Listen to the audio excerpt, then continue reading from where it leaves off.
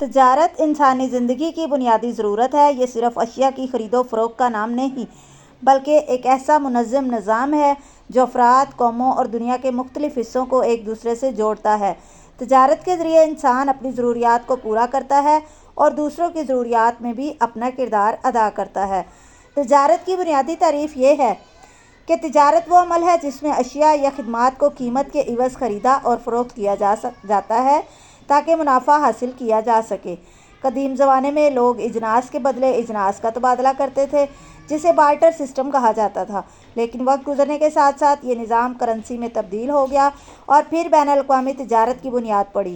آج دنیا کے کسی بھی کونے میں بیٹھا انسان کسی اور ملک کی پیداوار خرید یا فروخت سکتا ہے۔ یہ ترقی تجارت ہی کا نتیجہ ہے۔ تجارت کی اقسام: نمبر 1، داخلی تجارت۔ یہ وہ تجارت ہے جو ایک ملک کے اندر ہوتی ہے، یعنی ایک شہر یا صوبے سے دوسرے شہر یا صوبے تک اشیاء کی ترسیل۔ نمبر 2، خارجی تجارت۔ اس میں ایک ملک دوسرے ملک کے ساتھ اشیاء یا خدمات کا لین دین کرتا ہے، مثلاً پاکستان چاول برآمد کرتا ہے اور مشینری درآمد کرتا ہے۔ نمبر 3، آن لائن تجارت، ای کامرس۔ یہ جدید دور کی تجارت ہے جس میں انٹرنیٹ کے ذریعے خرید و فروخت ہوتی ہے، جیسے دراز، ایمیزون وغیرہ۔ تجارت کی اہمیت: تجارت کی بدولت نہ صرف ایک فرد کی ضروریات پوری ہوتی ہیں بلکہ ملکی معیشت کو بھی استحکام ملتا ہے۔ ذیل میں تجارت کی اہمیت کے چند پہلو بیان کیے جا رہے ہیں۔ نمبر 1، معاشی ترقی۔ تجارت کسی بھی ملک کی معیشت کا اہم ستون ہے۔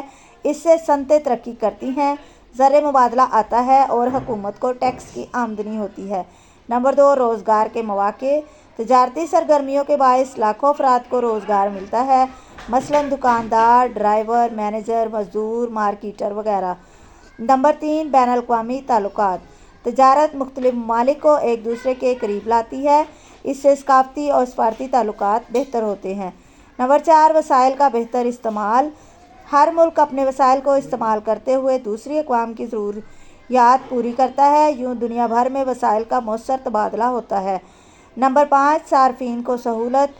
تجارت کی بدولت صارفین کو مختلف اقسام کی اشیاء بآسانی دستیاب ہوتی ہیں، وہ بھی مسابقتی قیمت پر۔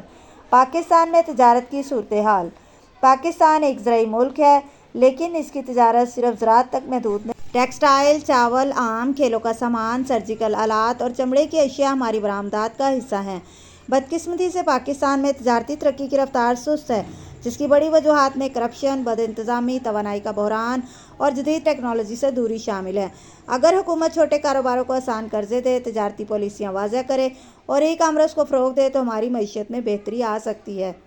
تجارت کے مسائل: نمبر 1، ناجائز منافع خوری۔ نمبر 2، ذخیرہ اندوزی۔ نمبر 3، ناقص اشیاء کی فراہمی۔ نمبر 4، غیر منصفانہ مقابلہ۔ نمبر 5، کرپشن اور ریگولیٹری رکاوٹیں۔ ان مسائل کے حل کے لیے حکومت کو سخت اقدامات اٹھانے ہوں گے اور عوام کو بھی ایمانداری کو فروغ دینا ہوگا۔ تجارت کسی بھی قوم کی ترقی میں ریڑھ کی ہڈی کی حیثیت رکھتی ہے۔